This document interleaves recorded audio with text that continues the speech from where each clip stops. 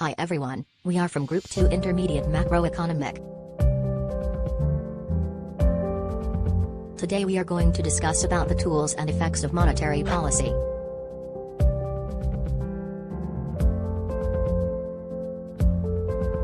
There are few topics that we will discuss in this video later, which are include change of reserve requirement, open market operation, changing of discount rate, money surprise model, pros and cons to individual and also pros and cons to industries and business. First of all, monetary policy is about the way that central banks manage liquidity to create economic growth. For your information, there are total 6 tools of monetary policy, which are reserve requirement, Fed funds rate, discount window, open market operation and inflation targeting. Let us look about the change of reserve requirement.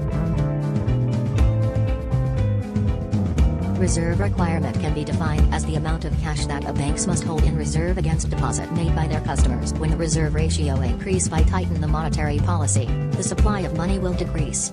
Therefore, banks can charge more interest rate and lower the liquidity of money in the market as well.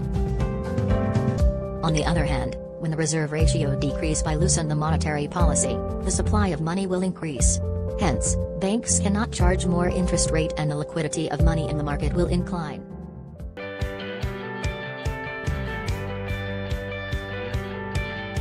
Open market operations are a key tool used by the Federal Reserve in the implementation of monetary policy. Open market operations involve the buying and selling of government securities. Open market operations are flexible, and thus, the most frequently used tool of monetary policy. There are 2 monetary policy, which is expansionary monetary policy and contractionary monetary policy. When the Fed wants to increase reserves, it buys securities and pays for them by making a deposit to the account maintained at the Fed by the primary dealer's bank. It adds cash to the bank's reserves. That gives them more money to lend. When the central bank wants to increase his reserves, central bank buy government securities, which central bank introducing new cash in circulation. This will encourage public to borrow for more consumption, more investment and close that negative output gap. When the Fed wants to reduce reserves, it sells securities and collects from those accounts. It places them on the bank's balance sheets and reduces its cash holdings. The bank now has less to lend. When the central bank wants to reduce reserves, central bank sells government securities. Central bank take cash out of the circulation and take reserve out of the system.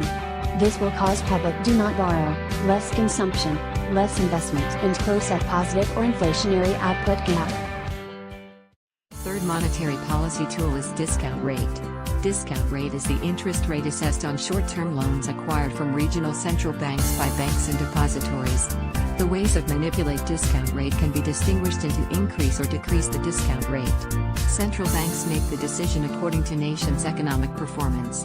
Expansionary policy is used by reducing discount rate when economy is stagnant or slow, while tight monetary policy is used by increasing the rate when economy led to hyperinflation. Increasing discount rate will decrease the investment because the cost of borrowing is higher. The consumption will decrease due to the higher marginal rate of substitution of consumption and future consumption. Consumers have higher willingness to save their money to enjoy higher interest rate in the future. As the results, output and aggregate supply will decrease. When the money demanded was increased due to overheated of economic activities, the shortage of money is occur with a gap between M1 and M2 at the R1. Discount rate increased to R2 to achieve new equilibrium at the cross of MD2 and miss the quantity of money back to M1 and inflation been suppressed. Decreasing discount rate will encourage investment because the cost of borrowing is lower. The saving will decrease due to the lower marginal rate of substitution of consumption and future consumption. Consumers have higher willingness to consume their money now. As the results, output and aggregate supply will increase, while unemployment rate will decrease. When the money demanded was decreased due to stagnant or depression, the surplus of money is occur with the gap between M1 and M2 at the R1. Discount rate decreased to R2 to achieve new equilibrium at the cross of MD2 and miss the quantity of money back to M1 and market been restored.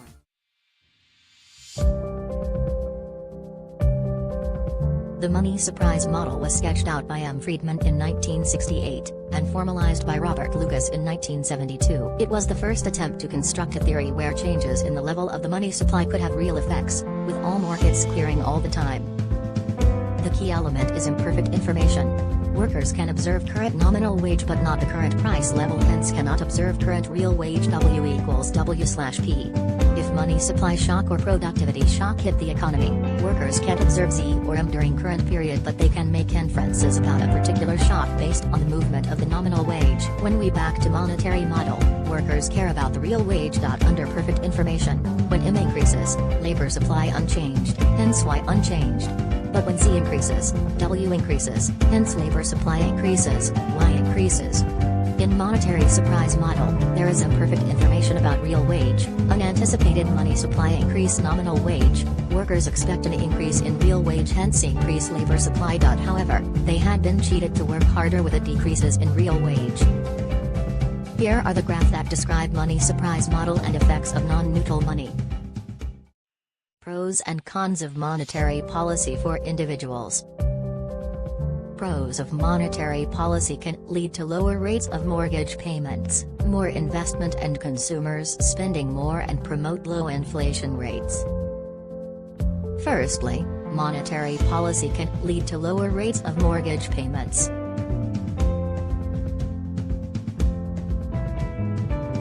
It can bring out the possibility of more investments coming in and consumers spending more. Thirdly, monetary policy can promote low inflation rates.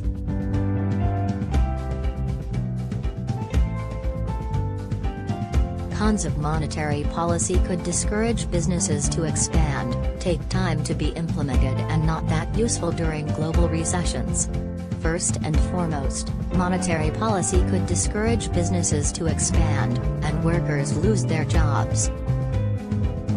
Secondly, it can take time to be implemented, especially inflation. Lastly, monetary policy is not that useful during global recessions and export sector would suffer.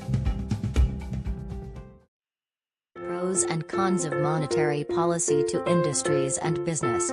The pros of monetary policy to industries and business included zero inflation target, boost exports, and controlled inflation.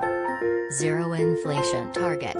The two aims of monetary policy are to support maximum stage of economic sustainability and promotes a fixed price system. Stable prices allow individuals and companies to create financial methods. Boost exports. Central bank can lower the interest rates or supplying more money to the market. A devalued currency might serve to increase exports. Foreigners tend to buy those less expensive products. Controlled inflation. If the monetary policy gets well managed, then we can expect a low amount of inflation. It similarly keeps encouraging the worker to be paid more. Monetary policy also have cons, which are included conflicting goals, affect the whole nation, and hyperinflation may occur. Conflicting goals. Central banks can use monetary policy to achieve low inflation in the long term. It is to affect the economy and employment levels in the short term. These goals sometimes conflict. Affect the whole nation. Although weakening money boosts exports, but it has cons too. Monetary policy tools like interest rate can spread the effect all over the nation. Hyperinflation may occur.